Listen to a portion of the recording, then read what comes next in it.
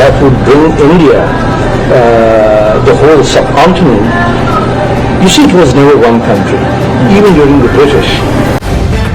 The live TV, सच सबसे आगे।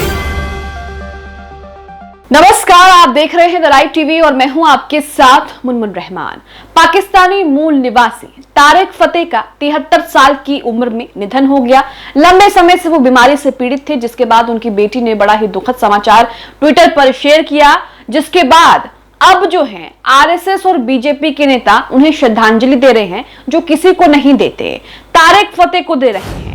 सवाल इस पर क्यों उठ रहे हैं? क्योंकि तारिक फतेह अक्सर भारत को तोड़ने की बातें करते आए हैं, भारत को तोड़ने का सपना देखते आए हैं, भारत विरोधी बातें करते आए हैं, और ऐसे शख्स को बीजेपी और आरएसएस के लोग जो हैं वो श्रद्धांजलि दे रहे हैं, जिसको लेकर सोशल मीडिया पर लोग बीजेपी और आरएसएस से सवाल पूछ रहे हैं कि आप ऐसे शख्स को श्रद्धांजलि कैसे दे सकते हैं जो भारत तोड़ने की बातें करता हो और भारत तोड़ने का सपना देखता हो। इसी के साथ उनका एक वीडियो सोशल मीडिया पर जमकर वायरल हो रहा है, जिसमें तारिक फतेह, पाकिस्तान के मूल निवासी मशहूर लेखक तारिक फतेह जो हैं वो भारत तोड़ने की बातें कर रहे हैं। वो कह रहे हैं कि भारत कभी भी एक देश नहीं था, अब भी नहीं है और ब्रिटिश काल में भी नहीं था। भारत में जो अलग अलग राज्य हैं उन्हें अलग हो जाना चाहिए, उनके पास अपने अलग बॉर्डर होने चाहिए, अपनी अलग करेंसी होनी चाहिए, क्योंकि ये सब एक नहीं हो सकते। इस तरह की बातें जो हैं उस वीडियो में सुनाई दे रही हैं। वीडियो आपको दिखाएंगे।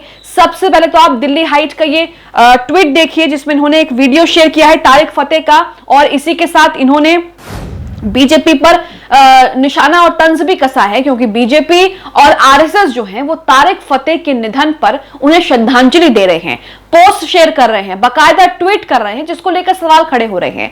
दिल्ली हाइट ने एक वीडियो शेयर करते हुए लिखा है, ट्वीट किया है, तारिक फतेह चाहते थे कि भारत के टुकड़े टुकड़े हो जाएं, लेकिन इससे पहले ही उनकी मौत हो गई। मुझे ऐसे देशद्रोही से नफरत है जिसे भारत के टुकड़े टुकड़े करना था, उसने खुद को मिट्टी में मिला लिया। मुझे नहीं पता कि बीजेपी समर्थक तारिक फतेह का समर्थन क्यों करते हैं। अक्सर यह भी कहा जाता है कि तारिक फतेह जो हैं वो बीजेपी का खुलेआम समर्थन करते थे, और शायद यही वजह है कि बीजेपी अब उनके निधन पर भर भर कर श्रद्धांजलियां उन्हें दे रही हैं। अब सबसे पहले मैं आपको आरएसएस का ट्वीट दिखाती हूं। यहां पर आरएसएस ने एक पोस्ट शेयर करते हुए ट्वीट किया है। सबसे पहले आप ये ट्वीट पढ़िए, उसके बाद मैं आपको वो आगे पोस्ट भी दिखाऊंगी। यहां पर ट्वीट में लिखा है, श्री तारिक फतेह एक प्रसिद्ध विचारक, लेखक और टीकाकार थे।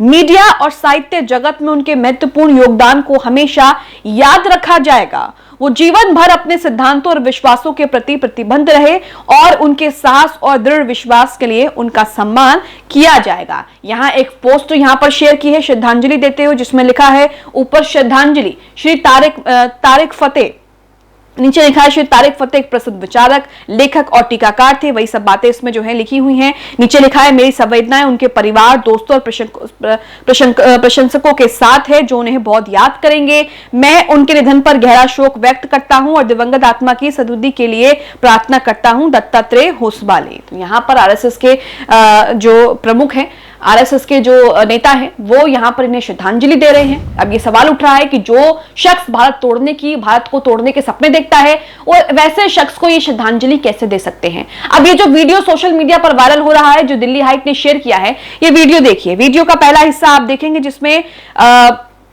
तारिक फतेह किसी के साथ वो बैठा है, किसी रेस्टोरेंट का वीडियो है, कहीं वो बैठा है और किसी से बातचीत कर रहा है।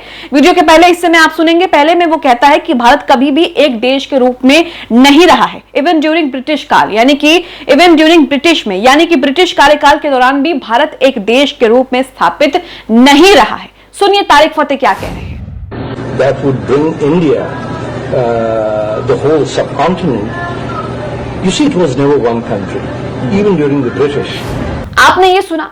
अब आगे का वीडियो सुनिए, जिसमें आगे तारिक फतेह कहता है कि जो भविष्य में देखना चाहता हूं, यानी कि जो फ्यूचर में देखना चाहता हूं, अगर मेरे सपने सच होते हैं तो भारत में सभी राज्यों के पास अपने अलग अलग बॉर्डर होते हैं, अलग अलग करेंसी होनी चाहिए। आप सबसे पहले ये हिस्सा सुनिए, उसके बाद आपको दिखाएंगे कि तारिक फतेह किस तरीके से भारत को तोड़ने की बातें कर रहा है और भारत तोड़ने के सपने भी देख रहा है। देखिए video. Future that I see if I had my dreams come true are about the subcontinent being something like Europe, where the entities. Video आपने देखा।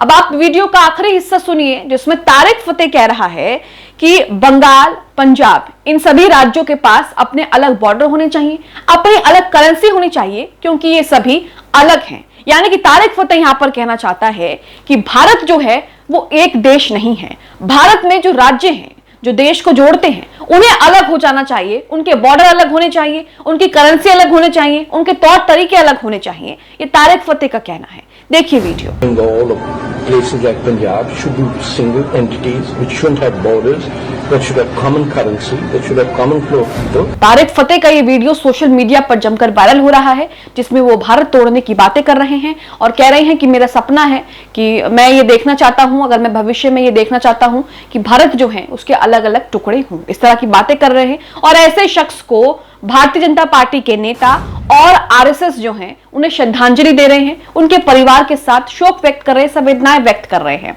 इसी के साथ साध्वी प्राची ने भी ट्वीट किया है। क्या ट्वीट किया है आप अपनी स्क्रीन पर देख रहे हैं। उनकी बेटी के ट्वीट को रिट्वीट करते हुए साध्वी प्राची ने यहाँ पर ओम शांति ट्वीट किया है, यानी कि ये भी इन्हें श्रद्धांजलि दे रही हैं। जिसके बाद एक सोशल मीडिया यूजर ने उन्हीं के ट्वीट पर रिप्लाई करते हुए लिखा है, don't you know that Tarek Fatah said that he would love to see India broken into pieces, why love a man who wanted to disunite our beloved country. यानी कि यहाँ पर ये कह रहे हैं, फिलोसफी नाम के एक यूजर हैं, उन्होंने यहाँ पर कहा है साध्वी प्राची को कि आप नहीं जानती कि तारिक फतेह जो हैं वो भारत को कई टुकड़ों में बंटते हुए देखना चाहते हैं। आप ऐसे शख्स से प्यार कैसे कर सकती हैं, उन्हें श्रद्धांजलि कैसे दे सकती हैं। वाकई ये सवाल खड़ा हो रहा है कि बीजेपी और आरएसएस तारिक फतेह के निधन पर इस तरीके से शोक क्यों व्यक्त कर रहे हैं, उनके आंसू क्यों बह रहे हैं। शायद ये वजह हो सकती है कि तारिक फतेह अक्सर उनका समर्थन जो है वो खुलकर करते आए हैं और उनके लिए कई तरह की टीका टिप्पणी जो है वो करते आए हैं।